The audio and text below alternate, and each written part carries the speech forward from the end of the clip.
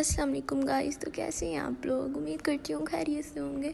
तो आज हम लोग चैंगुंग रूबा एंड्रॉयड LCD की अनबॉक्सिंग कर रहे हैं, जो कि 40 इंचज़ LED है। चलिए आइए हम करते हैं इसकी अनबॉक्सिंग। तो ये this is tripod.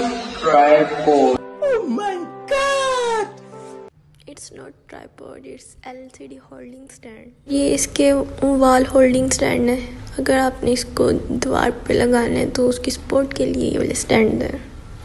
By the way एक बात तो, ये हम लोगों ने दराज से ऑर्डर करके मंगवाई थी। तो अब आइए चेक करते हैं कि अंदर से कैसी निकलती है। कोई चीज़ डैमेज ना हो, इसकी स्क्रीन ना डैमेज हो, अल्लाह ना करे।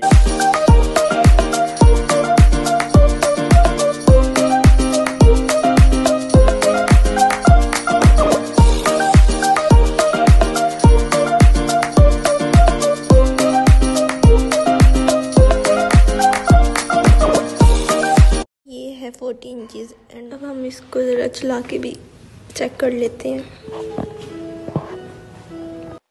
तो हम यहाँ पे रिमोट पे भी यूट्यूब का ऑप्शन दिया हुआ है, तो वहीं से सिलेक्ट कर लेते हैं। यूट्यूब ये आपके नेट पे डिपेंड करता है कि कितनी स्पीड आ रही है, उसके हिसाब से चलेगा ना।